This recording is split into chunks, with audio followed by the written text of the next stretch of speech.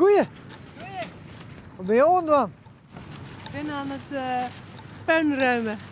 Het strand aan het schoonmaken. En we zijn met z'n drieën. Er loopt er eentje op de pier en eentje op het strand. En ik ben hier in de haven bezig. Oké. Dus je hebt nog maar een ploegje.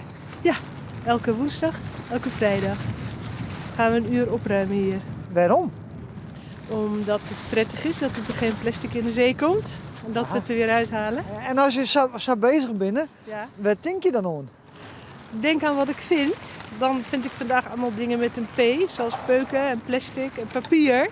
Pizzadoos. Nou, dan denk ik aan die dingen. Dus Er op gaat die... niet veel in mijn hoofd om te zien, zeker wel. Dus zo hou je het voor jezelf een beetje... Beetje leuk. Ja. Ja, toch? Ja, je kan ervan maken wat het is. Je kan je gaan lopen ergeren. Maar daar heb ik geen zin in. Ik vind het gewoon prettig om buiten te zijn. En ik vind het fijn als het strand mooi is. En zo hebben jullie een clubje. We hebben een clubje. Een vrijdagclubje en een woensdagclubje. En dat- deze jongens die kunnen we lenen van de gemeente. Ja, Oké. deze is van mij, maar je kan ze gewoon een bruikleen krijgen. Dus iedereen kan zich aansluiten bij jullie clubje. Iedereen kan zich aansluiten bij ons clubje. En hoe doen mensen dat? Dan komen ze om 10 uur daar, bij die stenen man. Ja. Daar staan ook wat fietsen zoals je ziet.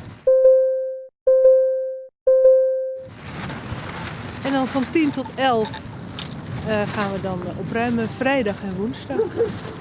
Dus dan kan je gewoon komen. Nou, allemaal helpen dus. Allemaal helpen. Heel goed.